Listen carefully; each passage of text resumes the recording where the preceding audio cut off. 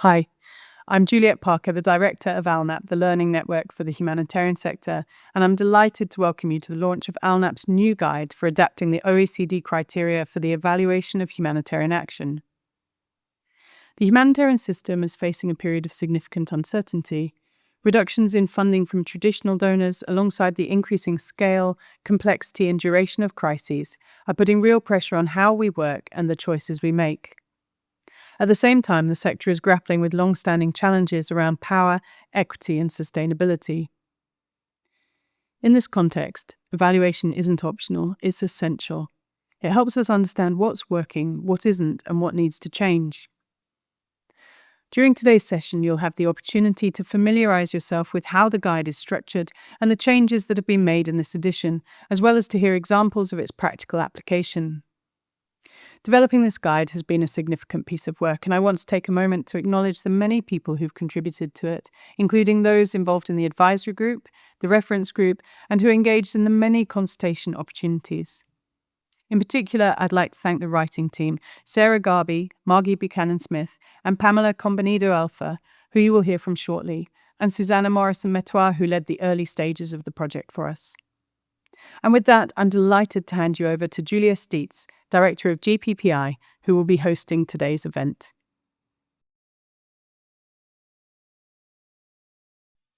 Hello, good morning, good afternoon, and good evening. Welcome to the official launch of ALNAP's updated guide on evaluation criteria, adopting the OECD criteria for the evaluation of humanitarian action. We are delighted to have you with us today. My name is Julia Steets. I am Director of the Global Public Policy Institute, GPPI, and I've been a member of the advisory group for the development of this guide. I'll be your host for the next hour, and I must say I'm delighted that we're getting this new guide. So much is changing in the humanitarian sector, and I think it's essential for us to have the evidence on what works and what doesn't, and to use that evidence to steer what people have started to call the humanitarian reset. Before we start, could you please put your names and positions in the chat so that we get to know each other at least a little bit? If you have questions to the ALNAP team, please put those in the chat as well. The authors will answer as many of these questions as they can during this event. We're also posting right now links to the full guide in English and French, and to a brief with the definitions of key concepts in English, French, Arabic, and Spanish. Now let's start with some background to the humanitarian evaluation criteria and to the work ALNAP has been doing on them. We will first hear from Alistair Hallam from Valid Evaluations. He will take us right back to the 1990s and the origins of the humanitarian evaluation criteria in the Rwanda genocide evaluation. We will then hear from Susanna Morrison-Metois. She's a senior research fellow at ALNAP. And Susanna led ALNAP's work to update the guidance from 2020 to 2023. This involved forming the advisory group, making the background research and global survey, and launching the global consultation process. Susanna will give us some insights into the initial stages and thinking on ALNAP's new guide.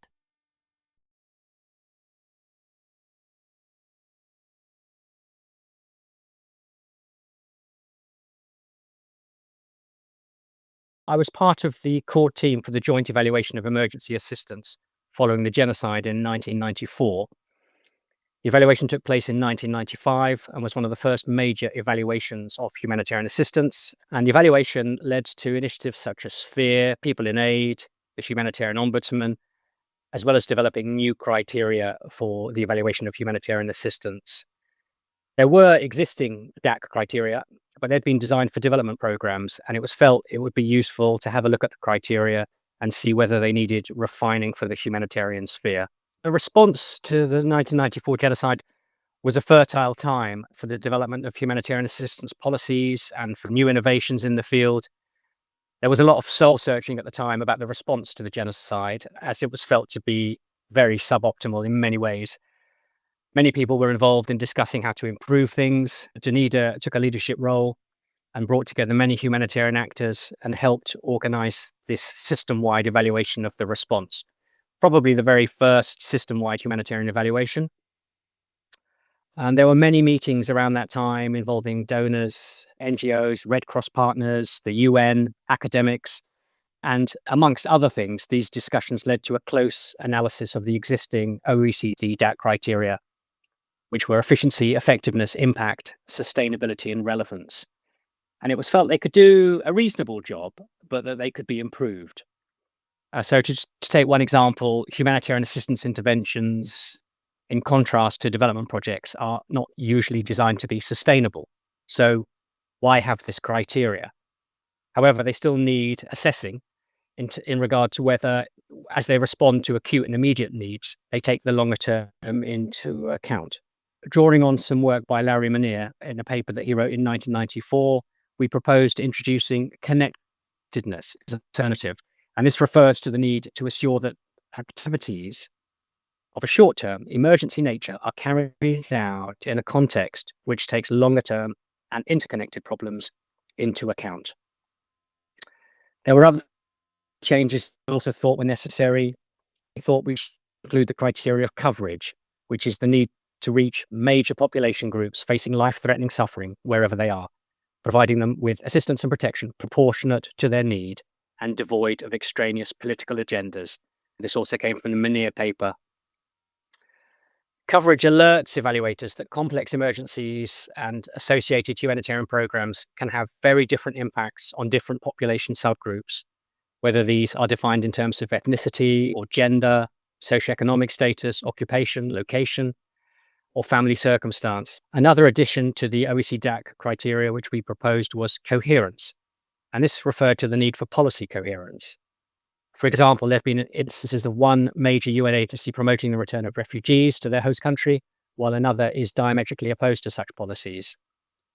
And as mentioned, these three additional criteria, connectedness, coverage, and coherence, came from a Larry Meniere paper from 1994. The addition of the new, what we called sub-criteria, generated considerable controversy. Some argue that there was no need to alter the DAC criteria, as they could be interpreted to incorporate the sub-criteria. Others found that the sub-criteria helped them to focus on issues of particular relevance to humanitarian assistance programs. So rather than be prescriptive and come down one way or the other, we introduced the sub-criteria into the discussions and suggested evaluators use whatever they felt were most appropriate. I think there'll always be debate about such things. Some people like one approach, some people like a different approach, some people like things to be made explicit, some implicit. And I think it's healthy to have that debate. Our original ALNAP guide was published in 2006, and it surprisingly stood the test of time very well. So even almost 20 years later, it remained one of the most downloaded ALNAP publications. So despite the fact that it was continued to be well used, the language was becoming more and more dated, and obviously there had been major changes in the humanitarian sector. At the same time, the OECD DAC also updated the definitions of the criteria. So given this, we knew that even though ALNAP's original guide continued to be used, it definitely needed at least a facelift. So a lot of ALNAP's work really seeks to engage our membership, to engage our users, and we wanted the guide to be useful for the wider sector. And so the first step was really looking at what were the key issues. So trying to better understand the challenges that people were having. So not just with the criteria in theory, but what were the real practical challenges when you try to take these criteria and apply them in really complex humanitarian settings. There was this kind of debate then of, should we aim to make radical changes? Should we try to push the envelope? Should we say that we really want to change the humanitarian sector, so we need criteria that are going to be transformative, that are going to drive that change? Or there was a question of saying, actually, the original guide is so well used that maybe what it just needs is a bit of a tweak, a bit of a refresh. What we focused on then was designing a process in which we could gather feedback and gather views to help us make those decisions. And so not just base revisions on consultation with just a handful of key experts. And at the end of the day, our aim is really to try to make sure that we can help improve the quality of humanitarian evaluations, because ultimately evaluations are one of the key tools to make sure that we're holding the sector to account, that we can see progress, that different humanitarian actors are meeting their commitments and their responsibilities. And ultimately, the goal is to better serve affected populations and understand through evaluations if we're missing the mark. Thank you so much, Alistair and Susanna, for those insights. It's very good to have a reminder why the standard evaluation criteria need to be adapted for humanitarian assistance in the first place, why the ALNAP guide needed a facelift, as Susanna put it, and how ALNAP went about this process. Let's now turn to the new guide itself and see what it is there for, what it covers, and how you can use it.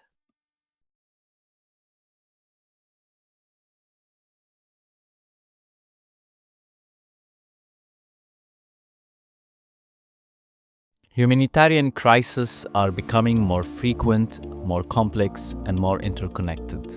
In this context, evaluation isn't optional, it's essential. It helps us understand what's working, what isn't, and what needs to change. That's why ALNAP has developed a new guide, adapting the OECD criteria for the evaluation of a humanitarian action.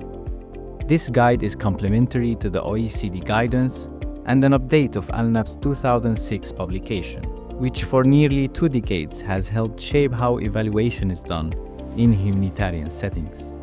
Since 2006, the humanitarian landscape has changed dramatically. Crisis contexts are more protracted, power imbalances are under greater scrutiny, and evaluators are being asked tougher questions about learning, accountability, and whose voices are being heard. This new guide responds to those challenges. It's based on a wide-ranging participatory process that involved hundreds of evaluation professionals and stakeholders across languages, regions, and organizations. So what does the guide do? At its core, it helps you adapt the OECD evaluation criteria in a way that is relevant, useful, and realistic for humanitarian action. It covers 7 key criteria: relevance, effectiveness, efficiency, impact, coherence, coverage and inclusion, and interconnection. Each criterion has been updated, redefined, and in one case renamed to reflect current humanitarian realities and challenges. You will find new guidance on when and how to apply each one, and how to avoid using them rigidly and generically, because not every criterion applies to every evaluation. Instead, the guide encourages flexible, purposeful use, grounded in what evaluation users need to know. As the guide puts it, fit the evaluation questions to the criteria, not the other way around. The guide also draws attention to the power dynamics and positionality that influence evaluations and how criteria are interpreted. Whose knowledge counts? Who decides what gets evaluated and how? And who defines success? And so, under each criteria, the guide introduces shifting the lens, power, and positionality. These prompts encourage evaluators to reflect on what is evaluated, how and by whom, inviting shifts that enhance the fairness, accuracy, and relevance of evaluation process and findings. The guide also recognizes that evaluation can do more than improve performance. It can help drive real transformational change in the sector. To support that, it introduces 3 priority themes. These came directly from what people told us during the consultation process. Issues that kept coming up where the humanitarian system needs to do better, and where evaluation can really make a difference. 1. Putting people affected by crisis at the center. 2. Locally led humanitarian action. 3. The environment and climate crisis. These themes can be evaluated on their own or integrated into the criteria. So how do you use the guide? It's designed to be flexible. You can read it start to finish to build foundational knowledge or dip into it as a reference when designing or managing an evaluation. Each chapter includes a definition, key messages, methodology notes, links to humanitarian principles, examples of evaluation, and reflections on power and positionality. The guide emphasizes intentional, informed selection based on context and purpose. And while affected people may not always be users of evaluations, they are always key stakeholders. This guide promotes thoughtful inclusion of their perspectives throughout the process. So who is this guide for? It's for evaluators, commissioners, practitioners, students, and anyone seeking to strengthen humanitarian evaluation. Whether you are brand new to evaluation or have decades of experience, this guide gives you clarity on using the criteria in humanitarian settings and food for thoughts on a range of key issues relating to the evaluation of a humanitarian action. It uses accessible language, supports learning and accountability, and adapts to real-world constraints. Our guide, Adapting the OECD Criteria for the Evaluation of a Humanitarian Action, is available now at alnap.org. Use it, share it, and let it support better evaluation and stronger, more accountable humanitarian action.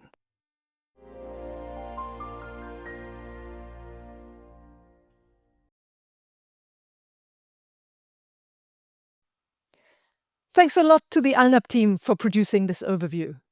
We're now privileged to have the three authors of the guide with us. They are Margie Buchanan-Smith, Pamela Combinido-Elfa, and Sarah Garby.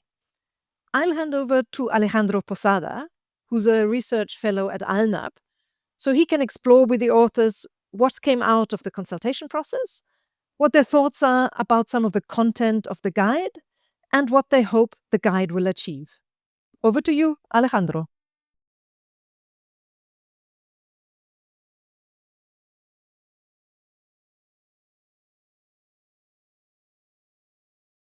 Thank you very much for that, Julia. We are excited to now be jumping to the next section of the conversation, which is a conversation with all the authors of the guidance. My name is Alejandro Posada. I'm a research fellow at ALNAP, and I'm going to be moderating this conversation. For this part of the event, we're going to have Margie Buchanan-Smith, who is an independent evaluator and policy researcher and one of the co-authors of the paper. Pam Combinido-Elfa, the leader of the Humanitarian Advisory Group, and Sarah Garby, research fellow at ALNAP. So to start us off, I wanted to ask, why do you feel this guide is important, and why do you think there's a need for specific guidance on criteria for evaluating of humanitarian action? Maybe we can start with Margie. Yeah, thanks, Alejandro. Well, I think let's start with the importance of evaluating humanitarian action, which is really key to knowing if we're making a positive difference as humanitarians, when we're providing assistance and support to those most in need, and indeed if there are any negative consequences of what we're doing and how we're doing it that we need to be aware of. For example, are we inadvertently fueling grievances? Are we adequately taking conflict dynamics into account? So good and professional evaluation is more important than ever, especially when resources for humanitarian action become more limited, to make sure that they're really being used and allocated in the best possible way. So when we're evaluating humanitarian action, there are some really fundamental attributes that we're looking for. So, for example, is it relevant to the context? Is it reaching those most in need? Those are two of the key criteria, relevance and coverage. Is it achieving the desired results and avoiding some of those harmful consequences that I mentioned? That's the criterion of effectiveness. So those are just some examples. But what the criteria do is they provide a normative framework for assessing the benefits, the merits of humanitarian action. And there's a lot of value in this being a common normative framework so that we can learn across evaluations and across humanitarian programming. There's also more than 3 decades now of humanitarian evaluation experience to draw upon, and we've really tried to capture what some of the key learning is from that evaluation experience, to capture that in the guide, to make sure that we're constantly progressing and moving forward. So that's just a little bit about how the criteria have evolved and how they've been updated. Thank you, Margie. Sarah, do you want to also complement that question?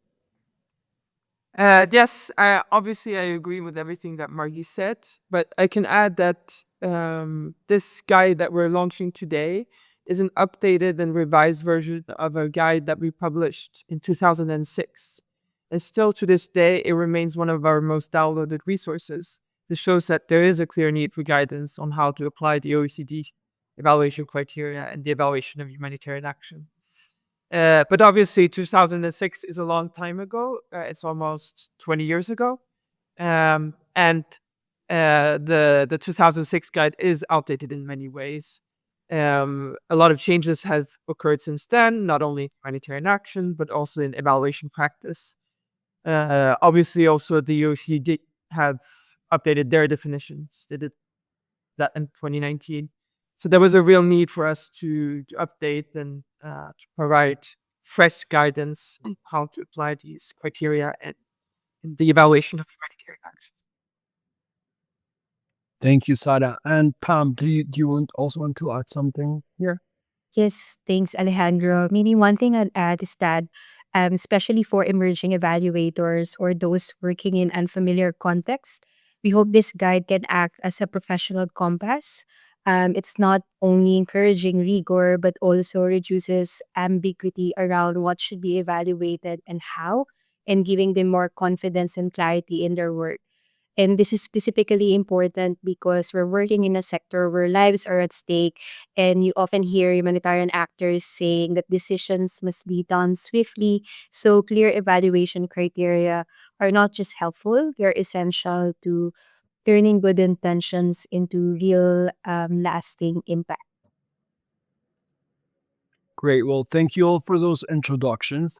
I'm also a bit interested in learning more about the multi-year process that has led to the publication of this guide. So, Sada, could you maybe tell us a little bit about how that went? Yes, of course. So we've been working on this guide at ALNAP for several years. And right from the start, we decided that we wanted the guide or the revised guides to be based on a participatory and evidence-informed process. It was really important for us at ALNAP that it was not written in isolation from the humanitarian evaluation community. And the process was supported right from the start by an advisory group. They represent different parts of ALNAP constituency. And that means that they were able to bring different perspectives and support the process with different experiences and perspectives. They were able to provide us with very valuable advice all along the process, and in a way were instrumental in providing a reality check to the work that we were doing at ALNAP. A couple of years ago, we also commissioned and published a review paper, and that paper outlines how the OECD criteria are used in humanitarian evaluation and also takes a look at alternative frameworks. The paper is still available on our website for those interested in looking at or reading more about the different opportunities and challenges with the use of the OECD criteria in the evaluation of humanitarian action. Once we've published a paper, we also organized a large number of consultation events. Over 500 people participated in those events, and they were both face-to-face and online in many different countries and in several different languages. They were organized with UN agencies, but also different evaluation associations and consultancy firms, etc. And the last part of that kind of data gathering that we wanted to do was an online survey where we gathered input from over 300 people. And all of these activities in the consultation phase was for us to make sure that we understood how the criteria are used in the evaluation of humanitarian action and what needs users have from the guide. Our ambition is really for the guide to be as useful to as many people as possible. I would say that briefly summarizes all the work that we've been doing before we started writing the actual guide.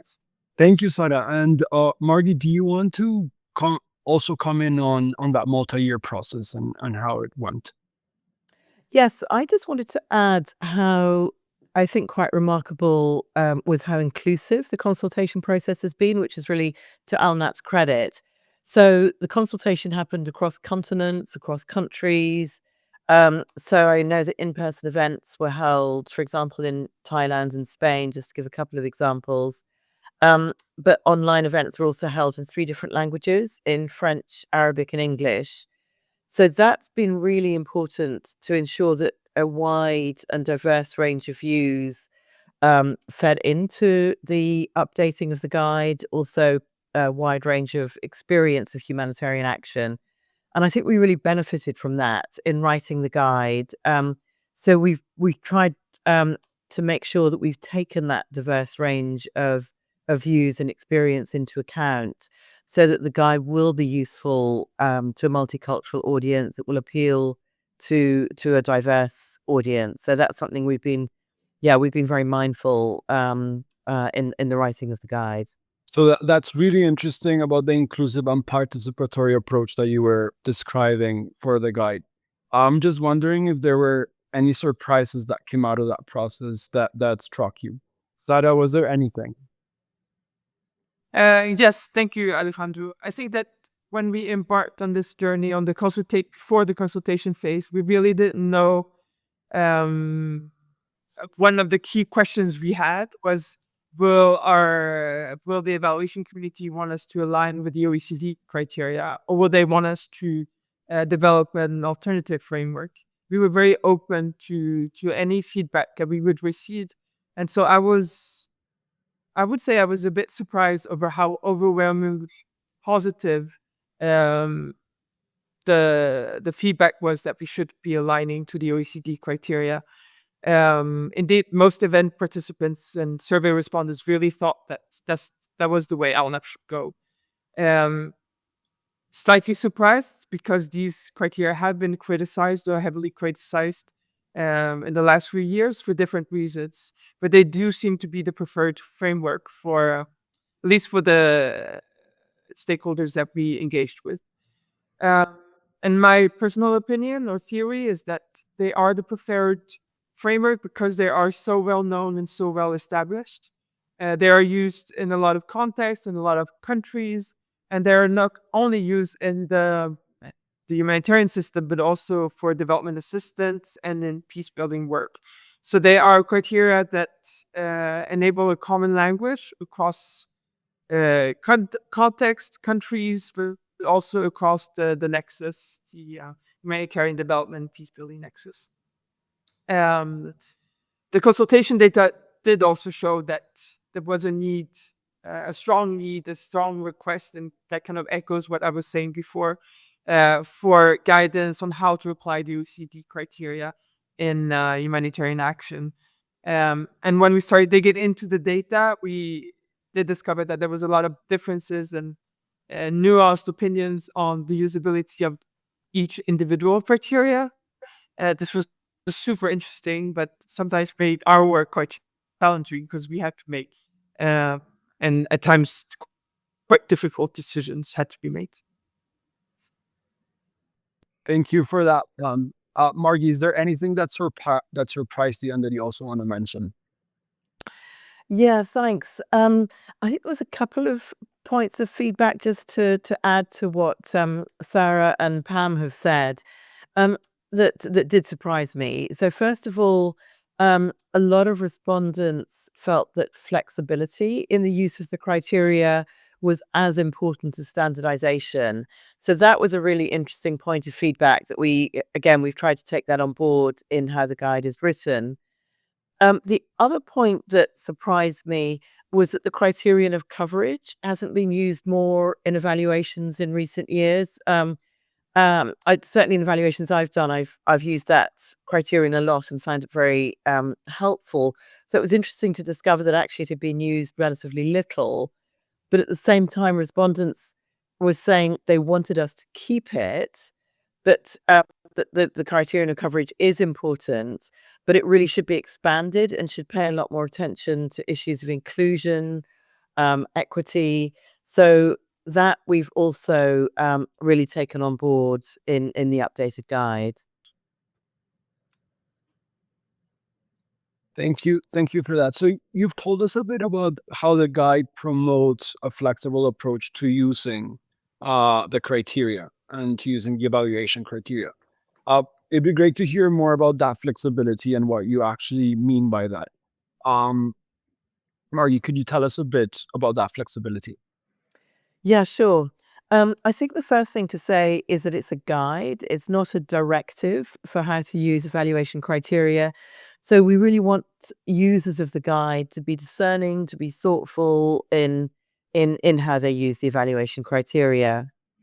So, for instance, um, whether you're a humanitarian program manager or an evaluation manager, when you decide to do an evaluation, the first two questions to ask are, first of all, who are the intended users of the evaluation? And secondly, and really importantly, what is it that those users want and need to know that would make a difference? So, using those two questions, then you can identify your evaluation questions, and that's the place to start. So, it's only when you've got your high level evaluation questions, then you would explore how they relate to the criteria. So, at that point, you might then dive into the guide and use the chapter on impact or the chapter on relevance, for example, um, to refine the evaluation and your thinking perhaps about the methodological implications. But what we advise against is using all the criteria as some kind of shopping list or checklist that have to be covered and have to be included in every evaluation. That's not how we'd like the guide to be used, because that does just end up with a shopping list that doesn't necessarily relate to the the issues to be explored in the evaluation. So, yeah, we'd really encourage users to be discerning and be selective in the criteria that they do use to make sure that they really relate to the topic of the evaluation and to the issues that you want to explore. And my understanding is that you have chosen to include additional criteria. Partly, as you mentioned, this came out of the consultation. And these are additional criteria which are not part of the current OECD set. So which ones are they, and why have you decided to include them? Yeah, so there are two that are not part of the current OECD set. Both actually appear in the old guide, but we have updated them in this new guide. So the first one is indeed coverage and inclusion, and that's about who humanitarian action is reaching, and especially how it relates to need, including protection needs. So this is a really critical criterion for evaluating humanitarian action to assess whether humanitarian action is indeed needs based and therefore is it impartial, which happens to be one of the four humanitarian principles that most organizations are working to. But in this guide, inclusion is now part of this criterion for the first time. So this is about evaluating whether humanitarian action is reaching people in need, those affected by the crisis, without discrimination, making sure that there's no discrimination, for instance, on the basis of ethnicity or gender or religious belief or sexual orientation, just to mention a few factors that can be related to discrimination. And the factors that drive discrimination are quite often amplified in a humanitarian crisis. So, discrimination against those living in remote geographical areas or people with disabilities or older people, that maybe those factors of discrimination may be present all of the time, but as I say, are amplified in a crisis. And the criterion of coverage and inclusion encourages evaluators to investigate whether the barriers faced by some of these marginalized groups have been removed in humanitarian action, and if their specific needs, for example, the specific needs of people living with disabilities or older people or women, whether those specific needs have been met. The second additional criterion is interconnection. Now, this was called connectedness in the old guide, and we've actually renamed it interconnection because we think that translates better into other languages and is a little bit clearer. And this criterion is about exploring whether humanitarian action, which is often short term, whether it takes account of the medium and longer term. So an example here would be where humanitarian actors are providing free veterinary services to livestock owners. Are they also thinking about what's are the consequences, what's the impact in the medium to longer term if the provision of those veterinary services is normally based on a cost recovery system? How is that transition going to happen back to that medium term cost recovery system? Um, Also, where humanitarian action is carried out alongside development and peace building, and that's very often the case, how are these different types of programming, these different types of intervention, how are they connected? So this relates to what's sometimes called the triple nexus. And is the relationship between humanitarian action and peace building, for example, is it appropriate to the context? So that this, under the criterion of interconnection, this is where this would be looked at. So the OECD criteria, they include the criterion of sustainability. And sometimes that may be useful when evaluating humanitarian action.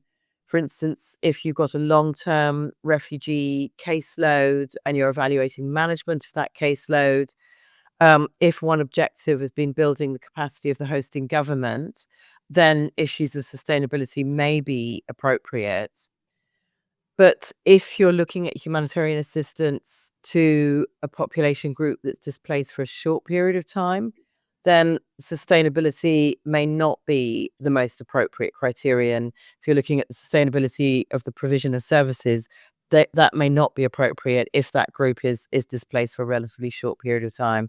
So that's where we would really encourage users of the guide to think carefully about how to use this criterion of interconnection. That's really useful. Thank you. Thank you for explaining those new criteria to us, Margie. I also know that the guide this time around has also included priority themes. So I'm wondering if you can tell us a bit about what these priority themes are and why you decided to include them.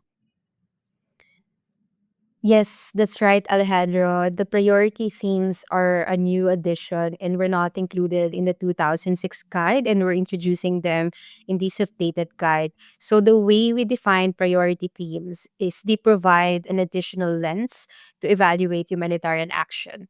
They complement the OECD criteria in many ways.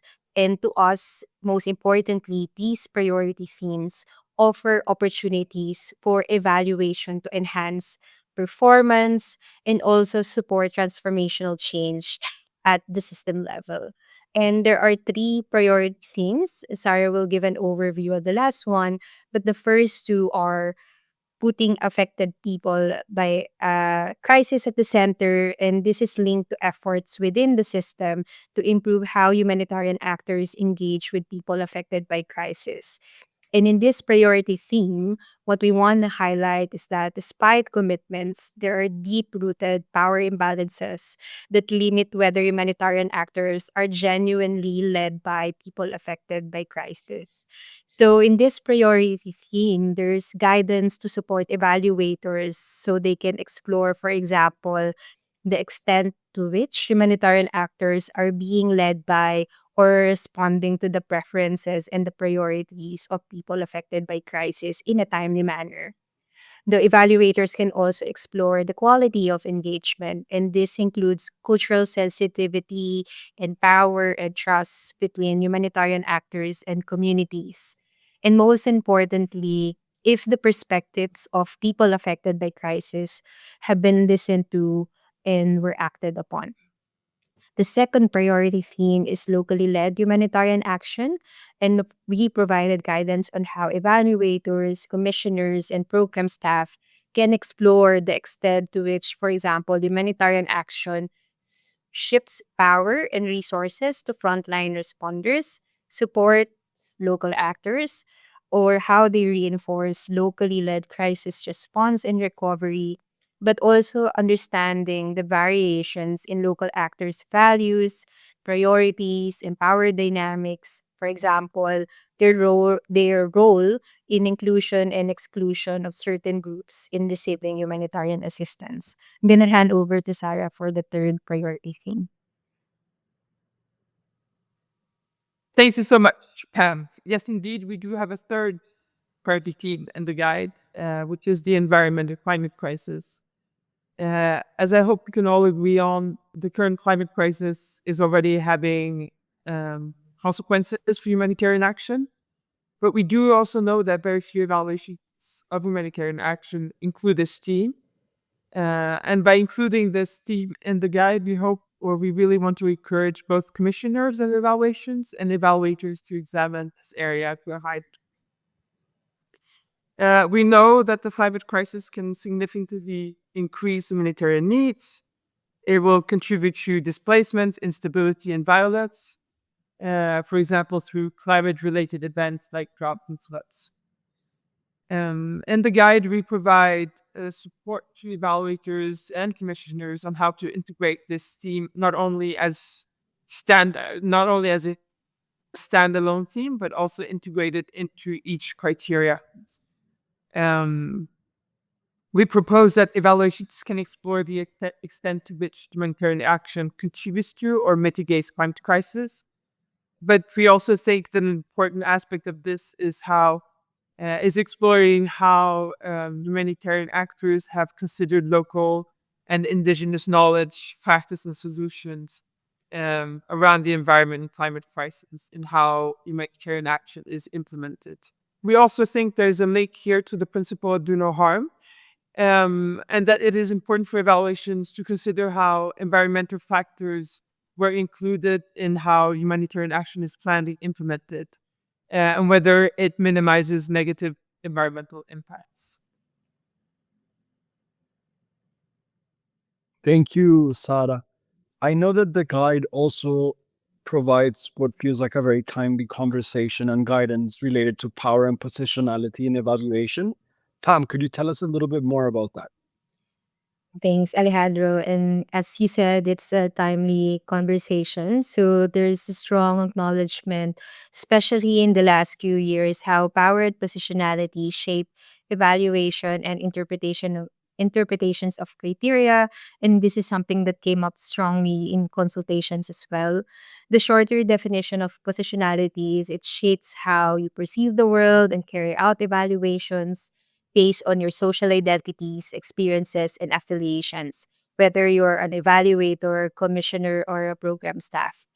And positionality affects which questions you ask, whose knowledge you prioritize, and how you frame and use findings. And more importantly, as well, positionality can introduce often subtly bias, for example, by reinforcing dominant narratives or privileging certain voices over others. So in the guide we called it shifting the lens, power and positionality, because our hope is that by recognizing positionality and power, we invite you to shift your lens to uncover blind spots, challenge inherited assumptions, and engage more equitably with diverse forms of knowledge and evaluation.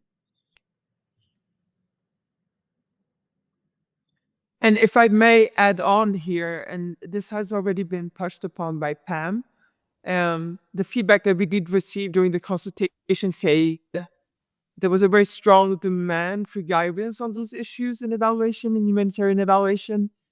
For example, over 80% of the respondents in the survey thought that should include guidance on decolonization in the guide. And we're hoping that we're able to meet some of this need in this present guide. But we also think that this is something that we will need to continue exploring at ALNAP, and that this conversation is very important moving forward, um, to continue having in the evaluation community.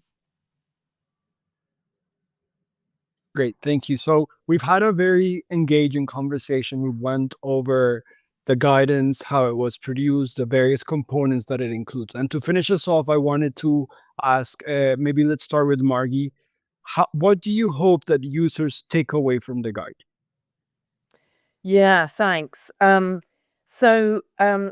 I really hope that how we've defined and explained the criteria makes them as accessible and useful to people as possible, to a very diverse audience, whether they're experienced evaluators, less experienced evaluators, but always remembering that our ultimate objective is contributing to more effective evaluations. I also hope that users of the guide are encouraged to make the material their own. So we really want the guide to stimulate thought and reflection, um, but we don't necessarily want people to follow it absolutely to the letter, but rather to really help them think through. Okay, what is it that we're trying to get at in this evaluation? Which criteria are the most appropriate? And I'm also hoping that um, our inclusion of humanitarian principles is useful. So this is something new in this guide, is looking at how the criteria relate to this fundamental normative framework of humanitarian principles.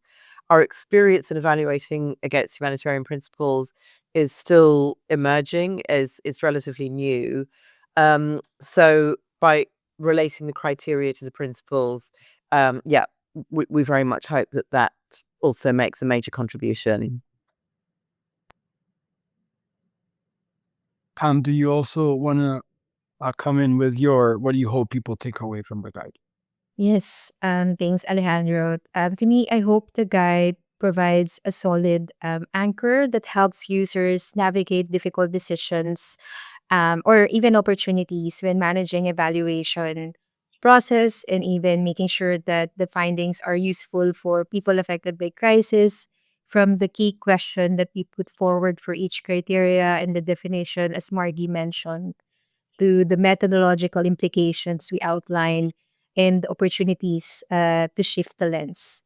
Lastly, I also hope that the guide not only brings clarity, but also inspiration. Margie mentioned this, it's not just about following a checklist, it's really about encouraging evaluators and humanitarian actors as well to ask those taken for granted questions, or even challenge our own assumptions in our relationship with people affected by crisis, and reflecting on our own role in these complex humanitarian environments. Thank you, Pam. And Sarah, do you want to also come in on this question?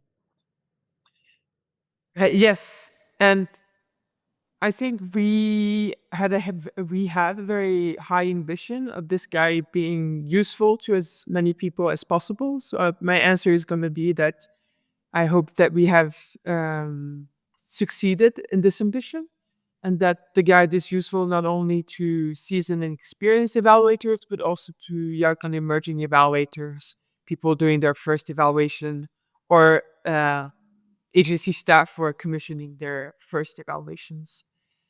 We know that commissioning evaluations and especially undertaking humanitarian evaluations can be really challenging in times, and I hope this guide will alleviate some of that hard work.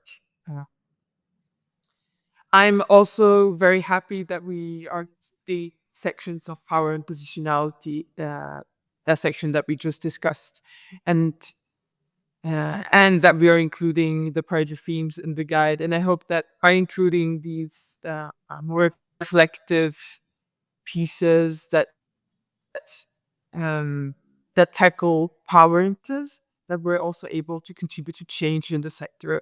And if I may be a bit optimistic, that we can move the needle a little bit in terms of how these issues are addressed in humanitarian evaluations.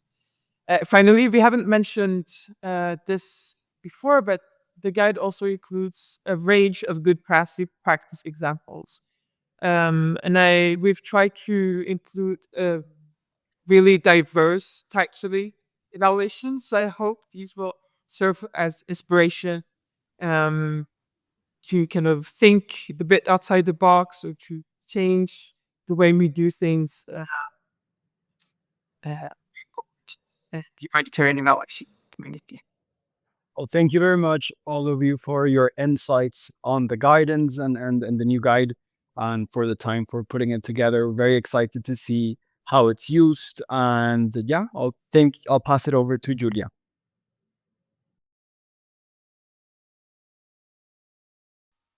Thank you so much, Alejandro, for facilitating this conversation. Now, I've learned a lot from what Margie, Pam, and Sarah have said, starting from why we need good humanitarian evaluations in the first place to what those evaluations should cover.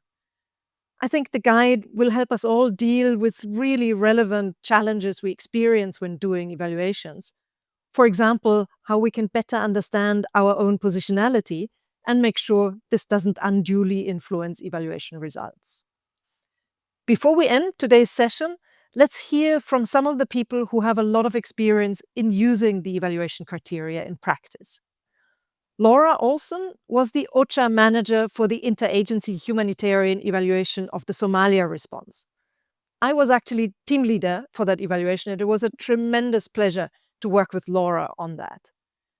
Laura will focus on the criterion of interconnection. Then, Noura Mahmoud from the Somali organization Raksan, who was our esteemed local partner in the evaluation, will give us her perspective on the same criterion.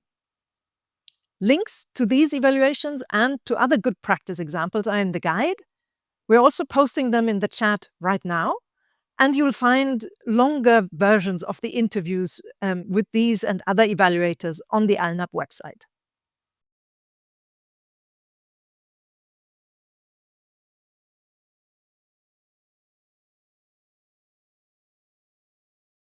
This evaluation was looking at the entire humanitarian systems response between 2021 and 2024 to the drought in Somalia, which was the worst drought experienced by East Africa in 40 years.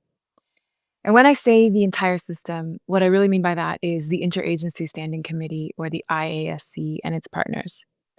This is the highest level humanitarian coordination forum in the UN, and it brings together UN agencies, Red Cross, Red Crescent movement, and NGO consortia. So this evaluation was really looking at how well all the parts of the system pulled together to collectively respond to the drought. It was commissioned by the Interagency Humanitarian Evaluation Steering Group, which is made up of evaluation directors from IASC agencies. And the evaluation itself was carried out by Dr. Julia Stietz from the Global Public Policy Institute in Berlin, and her colleague Elias Sagmeister, and Noura Mahmoud and her colleagues at Ragsan, which is a social research firm in Somalia. So there was one evaluation question that used the connectedness criterion, and that was how well did the response advance resilience and link to development efforts. So you can see that with this question, we were looking at both the temporal and relational aspects of connectedness. And by temporal, I mean the link between the immediate aims of the response, which is, of course, to save lives, and the longer-term aims of the response about building resilience, which, of course, can happen at the same time. So these were the stated aims of the humanitarian response, but the evaluation did highlight some tension between these aims. Because naturally, with famine looming on the horizon, resources immediately shifted to immediate relief. And this happened sometimes at the expense of resilience programming. Now, I also mentioned that we looked at the relational side of connectedness. So this is really about looking about how the humanitarian response itself connected with other actors. For me, the most eye-opening part was about how humanitarian aid influences behavior. It's critical that interventions are aware of the incentives they're creating, which can at times, unwittingly undermine the very things that the response is trying to pursue. I think the connectedness analysis was useful mainly in shining a light on these issues, which the evaluation itself found tend to get somewhat sidelined during a massive scale-up in an acute emergency. I think it's worth noting that when the evaluation team asked people affected by the drought, what would they recommend to aid providers? Overwhelmingly, the answer was a desire for assistance to focus on sustainable solutions rather than the short-term relief. So we had requests for livelihood support, local resilience, infrastructure projects, that kind of thing. And I think the connectedness analysis in this evaluation help identifies ways to do exactly that, to support resilience, even from the humanitarian angle. In terms of moving the needle on some of the issues, I would say yes, it was useful. The humanitarian community in Somalia is now working on a plan to implement all the recommendations from this evaluation. It's worth noting, I think, that some of the issues highlighted by the report were perhaps known to the humanitarian community, but the evaluation, I think, helped put the spotlight on them and helped sort of put them back at the top of the agenda on people's priorities.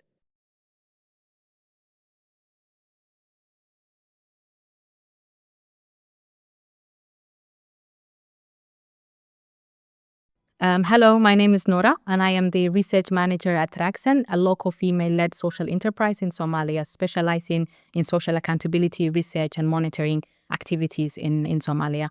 So the evaluation looked into connectedness itself, connectedness referring to the extent to which short-term humanitarian aid was also linked with long-term recovery, resilience building, and sustainable outcomes. With the evaluation sort of addressed the connectedness in different angles, in different ways. So for example, the evaluation tried to measure as well how aid influenced community preparedness for natural disasters in the future in terms of resilience and coping strategies, especially natural disasters that are common and recurring in Somalia, like the droughts and floods.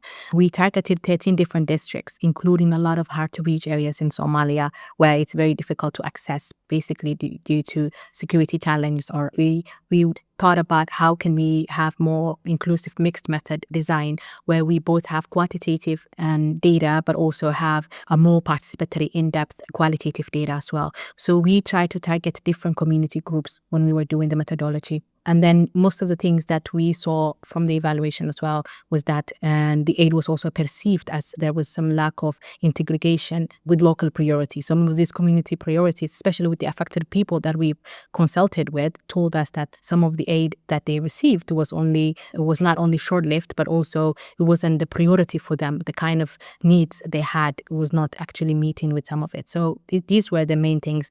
And probably, of course, there will be always a challenge with looking into the connectedness when the aid was given because of the short project cycles and also the immediate response that was started from there. I think the lessons learned on connectedness, I think we can divide it in two ways. One is the lessons learned from how the evaluation looked into the connectedness.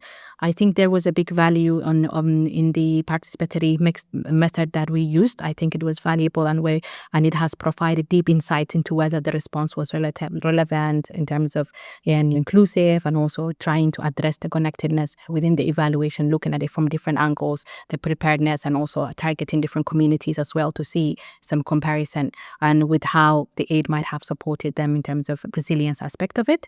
But also what we were trying to learn as well afterwards, and especially and as well, because we have been doing a lot of research as well after the evaluation, and we have done more evaluation and monitoring and activities in the same areas, is that a key lesson was that these discussions with the communities, which are more short one-off sessions, rarely usually capture community priorities. Even though it was quite evident from the evaluation that communities were telling us some of the main things, such as their priorities and needs, we have also learned through other aspects of our research as Raxen, we have been learning the way that, when you communicate with the community, I think looking into their priorities is the main angle to look at this. And I think what we have learned so far is that these short one-off sessions are not quite helpful. What we have learned so far is that you must be able to talk to these communities in multiple series of sessions, sit with them, facilitate different sessions, make it more participatory, engage them differently, talk to them in different days with different half days, more than 2 hours, 4 hours, 5 hours, to give them the safe space, to give them and to build their trust where they can talk about their priorities and tell you, this is not what we need. If you want to help us be more resilient, this is what we need. So if you need to reach that level of getting that honest and transparent and feedback from the communities, you will need more than sitting with them 1 hour, 2 hours. You will need to establish a safe space for them, allow them to get used to the environment, allow them to get used to what you're offering, the questions you're asking, so that they will be able to next day or the third day be able to tell you exactly their kind of priorities. But going to them and using some extractive method is not usually always helpful. And like I said, I think community should be the expert and be able to provide their insights. And it wasn't a surprise when we learned from the evaluation, from one of the evidences and the findings we were learning, is that they were telling us the aid that they have received was not exactly what they needed. Thank you to everybody for joining us today and for contributing questions and comments. If there's anything you'd like to discuss further, please email the ALNAP team at evalcriteria@alnap.org. We'll put that address in the chat. And let me also reiterate that you can find the guide and longer versions of some of the interviews we've heard today on ALNAP's website. As I said in the beginning, I'm very excited to have this new evaluation guide. I'm sure it will help many of us conduct robust evaluations. I believe that the humanitarian sector is unique in the way that it always questions itself and always tries to do better. I very much hope that donors and humanitarian organizations will also use that evidence that we have collected over the years and will continue to collect to guide the rather drastic changes that are going on in the sector at the moment. Thank you again, and have a good day.